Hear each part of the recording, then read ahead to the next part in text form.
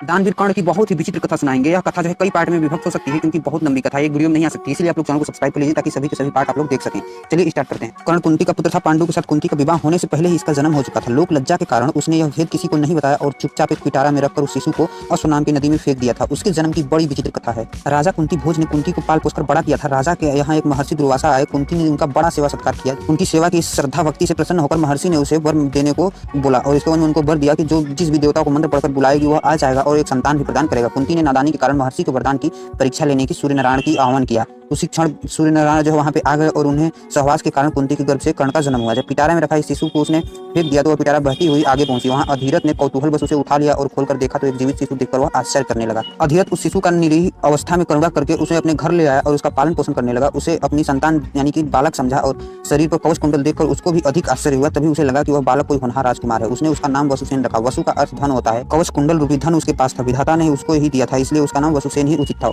वसुसेन जब कुछ बड़ा हुआ तो उसने शास्त्रों का अध्ययन करना आरंभ किया। सूर्य का उपासक था। प्रातः काल से लेकर संध्या काल तक वह सूर्य का उपासना ही किया करता था। दानी भी बहुत बड़ा था। उपासना के समय कोई भी आकार उसे कुछ भी मांगता वह बिना हिचकिचाए उसे दे देता था। अमूल्य से अमूल्य वस्तु चाहे क्यों न कोई मांग ले। उसका गौरव तो दानवीर कहलाने में ही था और अपने कृत्यों से उसका वास्तव में सिद्ध भी कर दिया कि वह दानवीर वास्तव में था। उसके समान दानी कौरवों और पांडवों में कोई और नहीं था। उसका परिचय तो हमें तब मिलता है जब इंद्र ब्राह्मण का वेश धारण करके उसके पास उसकी अमूल्य निधि कवच कुंडल मांगने उस समय कर्ण ने देवराज का स्वागत किया और संहर्ष अपने कवच कुंडल उतार कर दे दिया। दान करते समय अपने हित या अहित में विचार में वह नहीं किया। यद्यपि सूर्य भगवान पहले उसे मना भी कर चुके थे कि इन कवच कुंडल को किसी को भी मत देना, लेकिन दानवीर पर किसी याचक को निराश करके वापस लौटाना तो नहीं जानता था। कर्ण के इस साहस के कारण ही उसका नाम वैकर्तन पड़ा।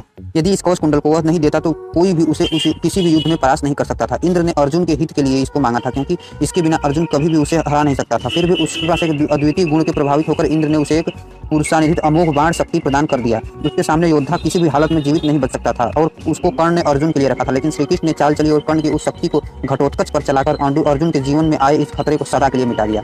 घटोत्कच को आकाश में से विचारण करते कौरवों पर अग्नि की वर्षा करता था और जिससे एक बार तो सारी सेना को पूरी तरह विचलित कर डाला था। शक्ति लगने पर निर्जीव होकर पृथ्वी पर गिर पड़ा। तो आज की वीडियो बस इतना ही। अगली कहानी जो है अगले पार्ट में आएगी, तो इसीलिए आप लोग वीडियो को लाइक और चैनल को सब्सक्राइब कर लीजिएगा। तब तक मिलते हैं अगली कहानी के साथ।